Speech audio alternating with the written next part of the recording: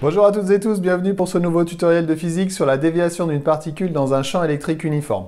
Je vous renvoie à d'autres tutos sur le champ de gravitation uniforme puisque dans ce chapitre, on va étudier le mouvement de particules ou de projectiles dans un champ uniforme, que ce soit un champ de gravitation ou un champ électrique, pour déterminer les équations de trajectoire ou bien les équations horaires. Alors, on a ici deux armatures métalliques chargées, donc un condensateur plan. Si on a deux armatures chargées de manière opposée, on va donc avoir un champ électrique uniforme qui va être créé entre ces deux plaques. Et ce champ électrique uniforme, il va être perpendiculaire aux plaques. Voilà, je le représente comme ceci. On va toujours du plus vers le moins. Quand la particule arrive, donc on a dessiné ici un repère, la particule est au départ à l'origine du repère, elle rentre dans ce condensateur avec une certaine vitesse, vitesse V0. Cette particule va donc subir une déviation à cause de la présence de ce champ électrique uniforme. Alors, quelle force elle subit?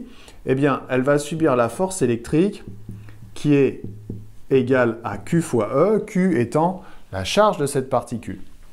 Si c'est un proton, par exemple, alors la charge va être positive, et donc F égale E fois E, la charge du proton étant égale à plus E. Ainsi, la force que va subir le proton va être dans le même sens que le champ électrique dessiné. Donc on va avoir une particule qui va être déviée comme ceci. Si par contre, on a un électron par exemple, Q négatif, alors la force électrique subie par l'électron va être égale à moins E fois E, puisque la charge de l'électron est égale à moins E. On va donc avoir plutôt une particule qui va être déviée comme ceci. Ça pour l'électron, ceci pour le proton. Qu'est-ce que je commence à écrire pour étudier la trajectoire de la particule, que ce soit un proton ou un électron? Comme d'habitude, on part de la deuxième loi de Newton. Deuxième loi de Newton qui nous dit que la somme des forces extérieures appliquées au système, en l'occurrence la particule, est égale au produit de la masse par l'accélération. Ici, on va considérer que la seule force qui s'exerce sur la particule, c'est la force électrique.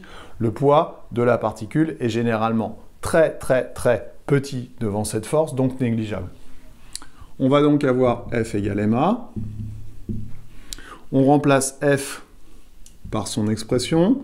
Donc ici, je vais prendre une expression générale et on en déduit l'expression vectorielle de l'accélération qui est égale à QE sur M. Si je veux trouver les coordonnées de l'accélération selon les deux axes, AX et AY, finalement, vous voyez que c'est exactement pareil qu'avec le champ de pesanteur uniforme. Donc on va avoir AX de t et AY de t. Le champ électrique étant vertical, la composante horizontale de ce champ électrique va être nulle.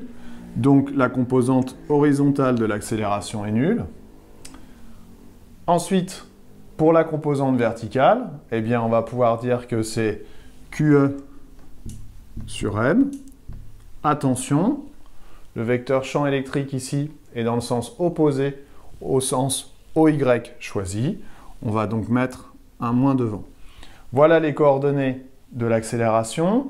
Attention également, il faudra changer la charge Q par son expression en fonction de si c'est une charge positive ou une charge négative. Ensuite, par primitive, on trouvera la vitesse et la position, donc les équations horaires et l'équation de trajectoire de la particule dans son champ électrique uniforme. Voilà, j'espère que j'ai été clair. Je vous dis à bientôt pour de nouveaux tutos. Bye bye.